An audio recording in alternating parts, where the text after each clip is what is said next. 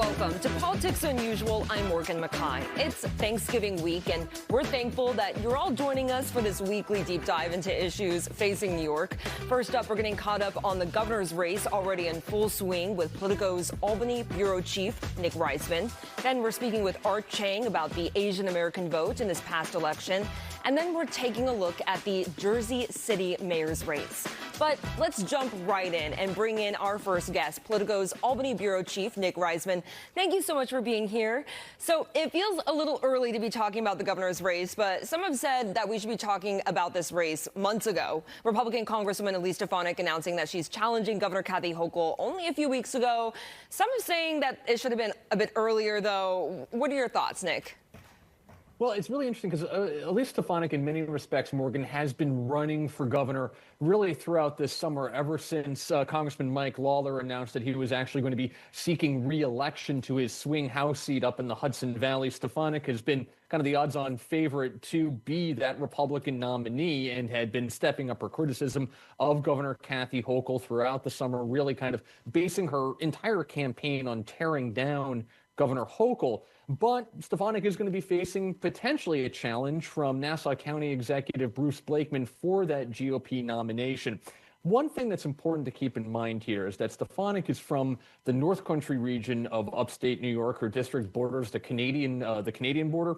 And it's important to note that she's not from a population center of New York, like the New York City region. Bruce Blakeman is from Long Island. That's a region where Republicans have been making some serious electoral gains in the last couple of years. And so a number of Republicans have been quietly saying to me and to others, quite frankly, is that Bruce Blakeman is potentially the more viable candidate here. He's somebody who comes from Nassau County, which is a vote-rich area. He won re-election in a tough year otherwise for GOP candidates. So this is going to be a very interesting push and pull. One thing that these two candidates do agree on is that they do really come from the MAGA wing of the Republican Party. They are Trump supporters alike. So there's very little daylight between the two of them. Yeah, we've been seeing that with Stefanik, her ramping up her message throughout the year.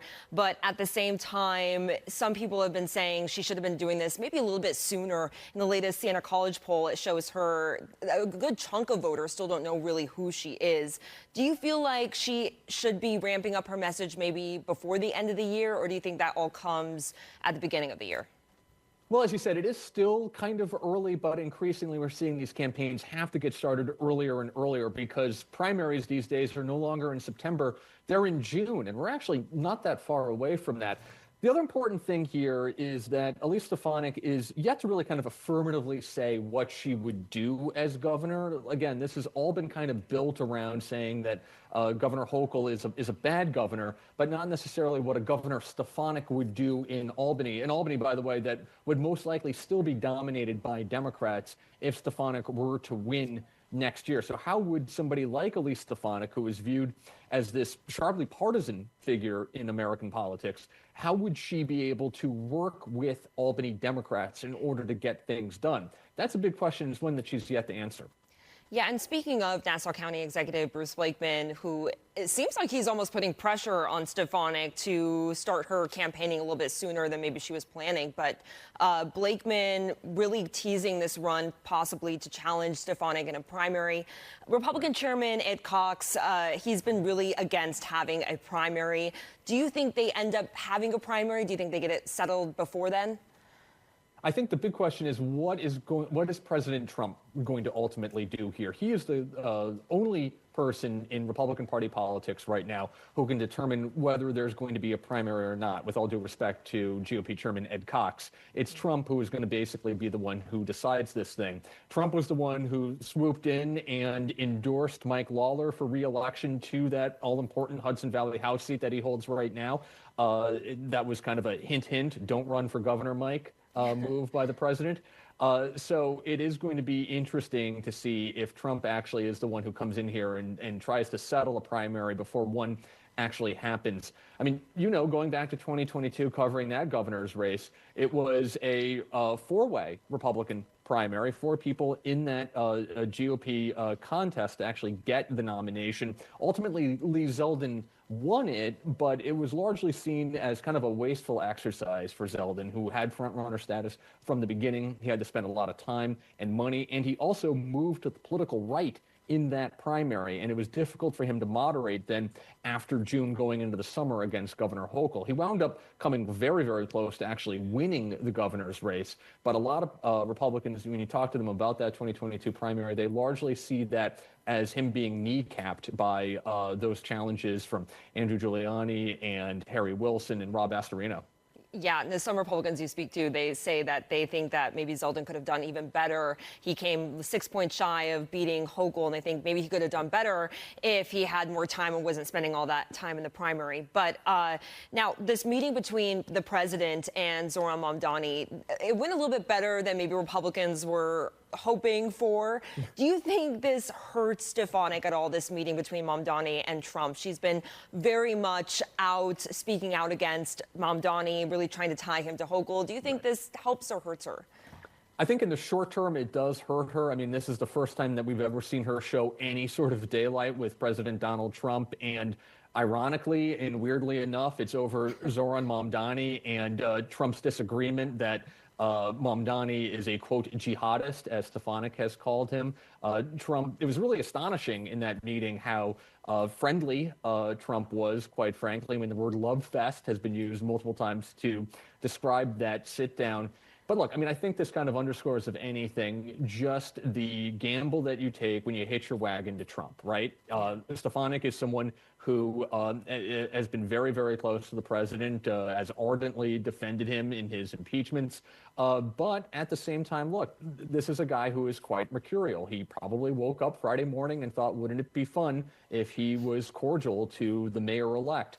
And there is no saying that Trump at some point will see something on TV where Mamdani is criticizing him and will then flip back. I mean, there should be an expectation here that none of this is actually set in stone going forward. So this may ultimately prove to be a blip. Nevertheless, in the short term, you're right, Morgan. I think this does kind of undercut a central pillar of Elise Stefanik's gubernatorial campaign, which has been Kathy Hochul is a terrible governor who is too tied closely to a Democratic Socialist mayor in New York City. Trump kind of obliterated that second talking point going into the election. Yeah. But like you said, it could all change on a moment's notice. Now, Governor Hochul, she's facing her own primary challenge.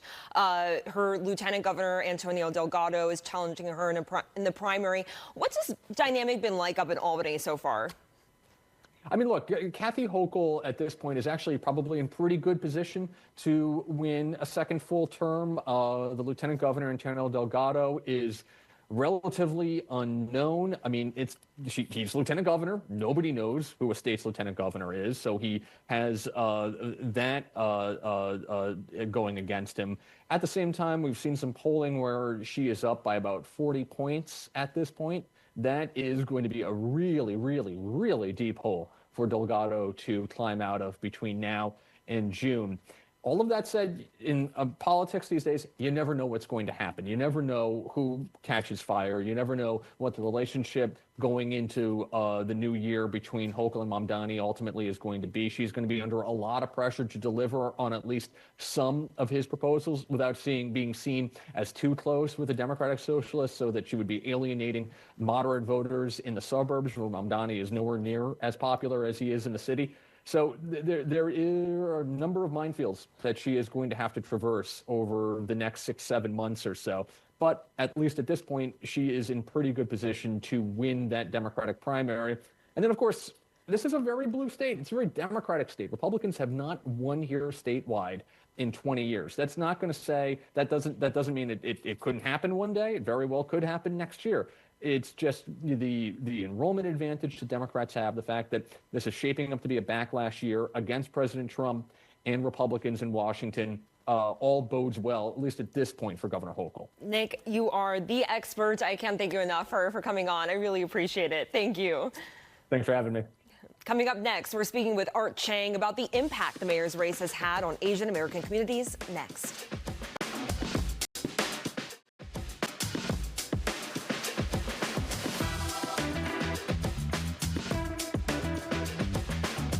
Welcome back to Politics Unusual. 49% of Asian American New York City voters cast their ballots for Zohran Mamdani, according to the Asian American Federation, while 33% of Asian American voters supported Andrew Cuomo. Their exit poll also found that there was a higher turnout of Asian American youth as well. So joining us now is Art Chang, who is a board chair for the Coalition for Asian American Children and Families. Welcome to the show. Thank you so much. I'm so delighted to be here. Yes, so let's talk about what these results are showing so far from at least this exit poll. What does this turnout show you from the Asian American community in this race in particular?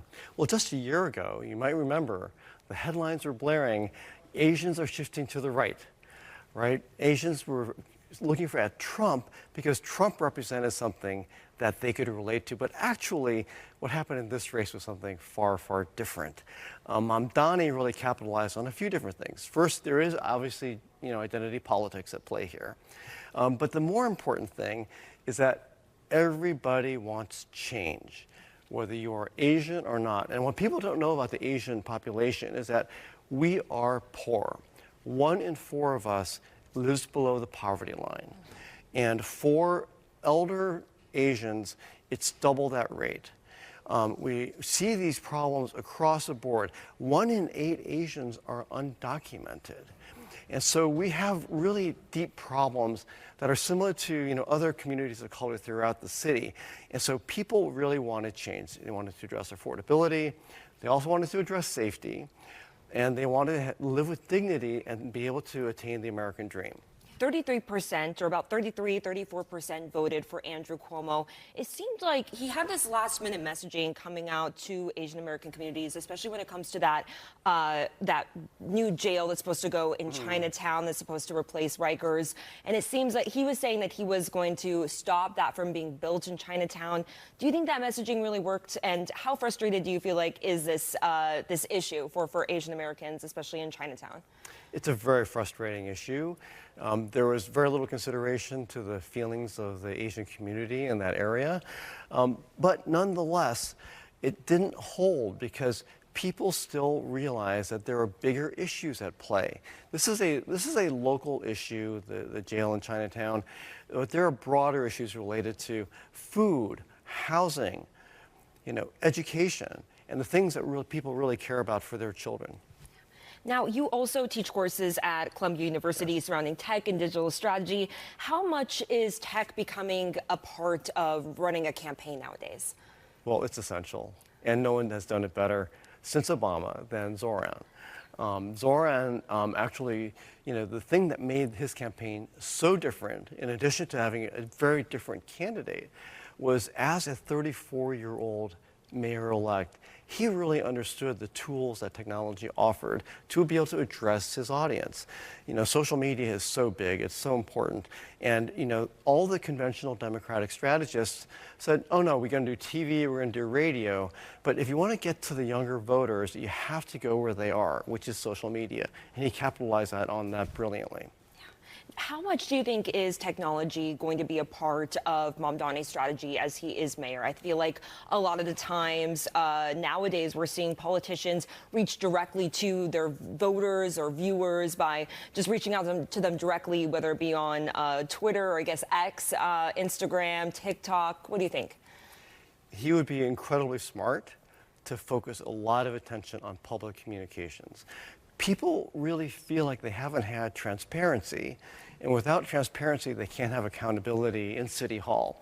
And so what he's essentially implied by being so public is that this is going to be a different way to, lead a city, with transparency and accountability, where he's talking directly to the people.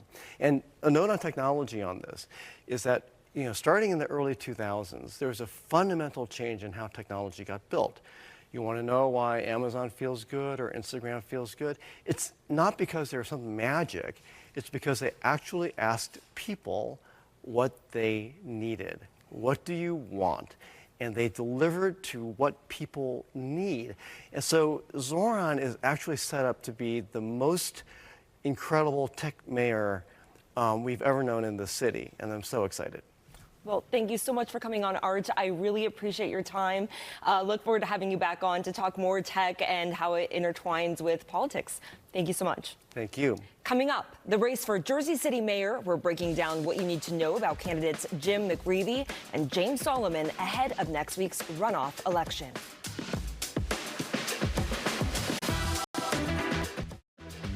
Election day is long gone, but the mayoral election in Jersey City is still undecided. Neither former Governor Jim McGreevey or current city council member James Solomon got more than 50% of the vote in the general election, resulting in a runoff on December 2nd.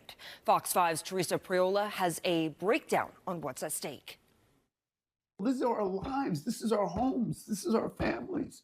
It's the comeback candidate versus the city councilman. My thing is, why am I looking at working people to pay first? I should be looking at the big developers and corporations to pay first. Two distinct visions for New Jersey's second most populous city. Two different approaches for what's realistic to carry Jersey City into the future. That's the message to folks who are thinking about Jersey City. You get to live in the most diverse city in the country, a place that's really livable, and a place that's really down to earth. I think we have to have optimism, but we have to have practicality. We have to be able to say, yes, we can have safe and clean streets. Yes, we can take e-bikes off. Yes, we can increase community policing. Former Governor Jim McGreevey, who was once the mayor of Woodbridge, is running against Councilman James Solomon for Jersey City mayor in a special election. McGreevey and Solomon were the top two vote getters on November 4th, but neither received more than 50%, forcing this runoff. McGreevey has had a long political career, but he's been out of public office since a sex scandal forced him to resign from the governor's office in disgrace in 2004. Councilmember Solomon is relatively new to public life, first elected to city council 8 years ago. He's a dad of 3 and a cancer survivor. And while their backgrounds and views are wildly different, they both believe affordability is the #1 issue facing voters. If everything was perfect, if everything was affordable, I'd say elect Solomon. But the point is, it's out of whack. The streets are dirty. I mean, the schools are underfunded.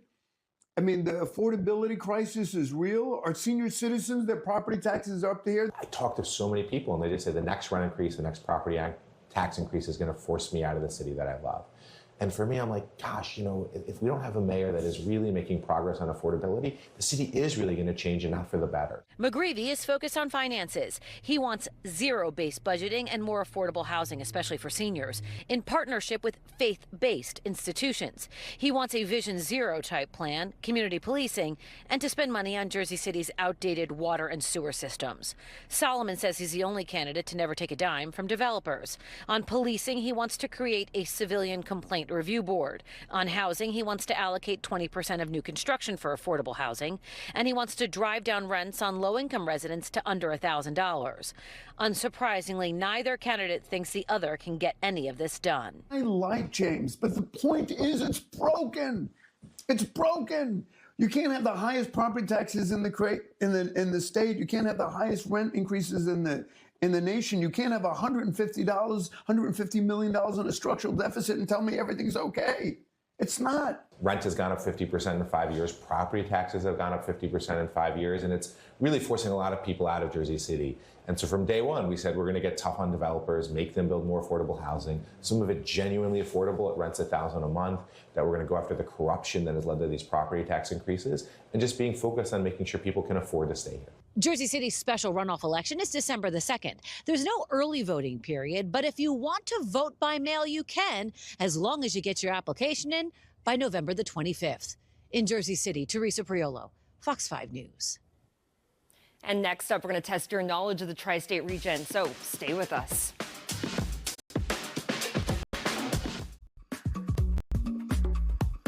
Now, we're flashing back to this week in history. On November 27th, 1924, the first Macy's Thanksgiving Day Parade was held.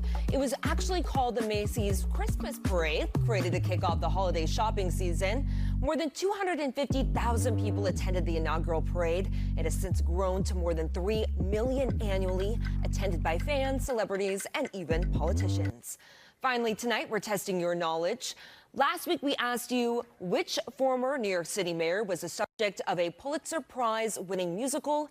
The answer, Mayor LaGuardia. He was the subject of the musical Fiorello in 1959. It tells the story of his rise to power in his political career before becoming mayor. Now, to this week's question. What New York City mayor was famous for his catchphrase, "How am I doing?" Now, don't Google the answer, but if you know it or want to take a shot at it, go ahead and scan the code on your screen. That's going to take you to our website, fox5ny.com, where you can type in your answer, then check back here next week to see if you're right. That does it for this episode of Politics Unusual. Thank you so much for joining us. I'm Morgan McKay. Have a safe holiday weekend.